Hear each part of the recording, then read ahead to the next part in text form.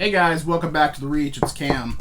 It's been a few weeks since I shot a video. I got kind of busy and I've been letting things pile and I keep thinking, oh, I'm going to make a video pretty soon, and then I was like, oh, I got enough packages now, I'll break it into several different categories, and anyway, you know how that goes. So the first thing I'm going to do here is I've got some of the comics Slabs mystery boxes that I've gotten lately. So everything here will be just kind of comic oriented.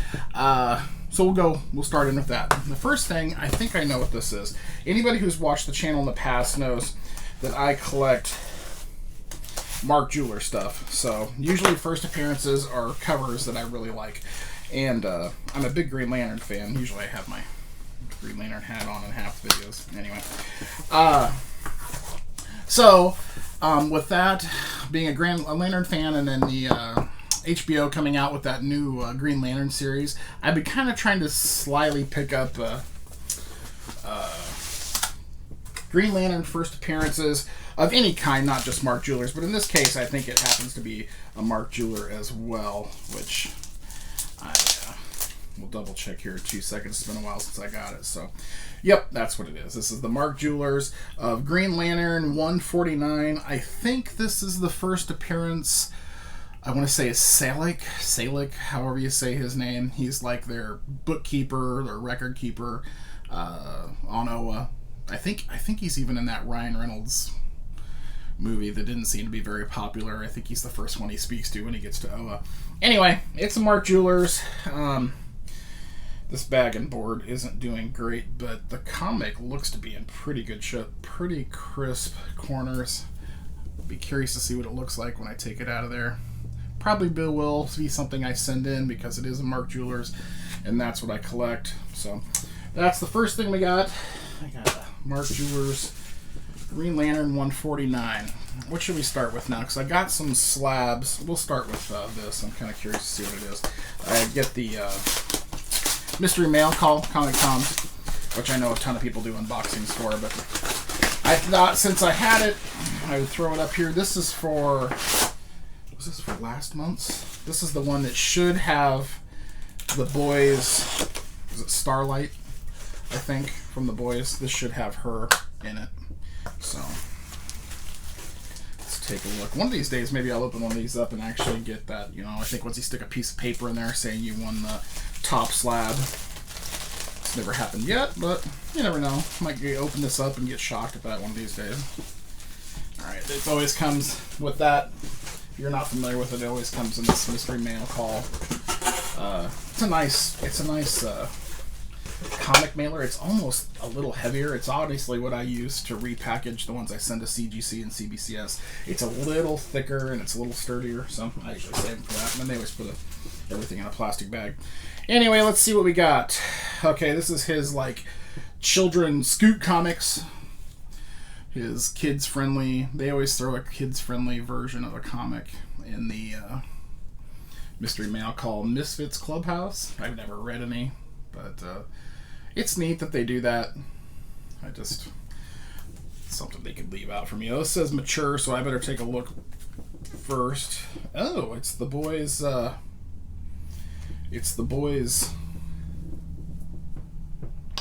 Homelander, Virgin. I'll have to look and see the cheat sheet if that's something that not every box got, or if it's something limited to some boxes. So that's a pretty cool cover. And here's the Starlight. That's the one that everybody should have got. The one they were advertising. That's a cool cover of Starlight. So far very boys heavy. Thunderstrike #1. It's kind of got a foil cover. It's actually not a bad cover, I guess. I think the early thoughts for Love and Thunder was his dressed up image as one of the Guardians was actually going to be Thunderstrike, but I don't think that's got any legs as far as what people have been talking about. This is the art print. Again, I don't know. I think that's supposed to be... I don't know. Is that supposed to be Homelander again? It doesn't really... Well, maybe it looks like him a little bit. It looks like Alexander the Great if he was shooting lasers out of his eyes. So, anyway, there's the art print. Looks like I got a Batman number 399. They always just throw a couple filler comics in there. I don't really know if that's anything of any significance. How will the Dark Knight end? Huh. Kind of a eerie looking cover though. Axe with the severed head. And let's look at the so we have our cheat sheet. In their cheat sheet they always put a art print in back too. This one looks like it's oh, what's his name from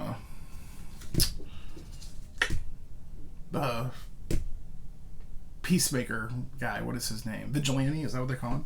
Alright, so everybody should have gotten the Starlight. The big key this month was a Spider-Man, which obviously did not get. You could get one of two of those Misfit Club books, which is I'm indifferent. Or you could get one of three of those Homelander ones too. It looks like they're all different. Looks like there's a black and white with red eyes, and the colored version that I got. So anyway, that's the Comic Tom. So, usually fun. I usually like getting Comic Tom. Usually one or two of those books in there ends up being worth enough to pay for the box, even if you don't like it. You're okay. Alright, let's move on to the slabs I got. I sent this off with a buddy. Just got it back. This felt like it took longer than a lot of the signings did, but maybe we sent it in early and his actual signing wasn't for a while. I'm a big Miko Sion fan. Got one up there if you can't see it. This is the C2E2. I think this one was called the B. Was this the B? Let me see. Virgin, signed by Miko Sion, the Hulk homage. I really, really like that cover. Was lucky enough to get a 9.8 in it. I don't know how. If I could show you on screen, there's a couple tiny, I think because they're manufacturing rips that come that way, but on both ends because the book's thick. I was for sure thought this book was going to get a 9.6 or even a 9.4, but I liked it enough. I really like his signature up here. I love that Hulk homage. One of my favorite artists doing an homage of one of my favorite covers. So that's that. That's Wolverine #1, Miko Sion signing. It's got a couple of those rings in it. And I cut these open. I think I know which one this one is. I think. Yeah, this was one I ordered because I really like the cover. I like Alex Ross. It's an Alex Ross cover. This whole thing with shipping I got for under $50, and I was really curious because I've never had a PGX book. I've had CBCS, I've had tons of CGC, I've had all those, but I'd never had a PGX book, and so I picked up this Avengers #2. It's the Kang's In Time Alex Ross. Like I said, I paid next to nothing for it, and I really just wanted to see what the PGX case looked like because I hadn't had one. And after kind of examining it a little bit, it is, to me, almost the twin of the CBCS. Even the blue label at the top looks the same. Everything else about it, it just feels that way. It might be fair. If this is older, it's probably safer to say this feels like CBCS's older cases. This feels just a little less sturdy, although CBCS, in my opinion, has the strongest case out there right now. Those things are like tanks, although CGC's is really close too. They both have had new ones, in the last year or so, year and a half. But, yeah, cool book, cool case. I like the Kangs through history. I like the artist. It was more of a cover buy for me. And again, I just was curious to see what a PGS case is like.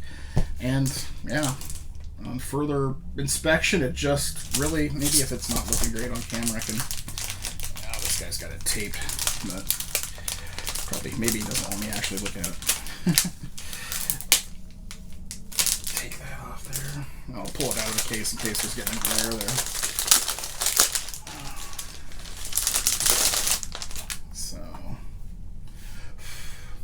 Just some slight dust.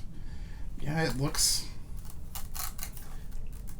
like you can hear me kind of tweaking it, but I'm putting pretty good pressure on that. Yeah, PGX just kind of looks like CBS's. I don't know anything about the grading inconsistencies. I think people get a little carried away with all of that.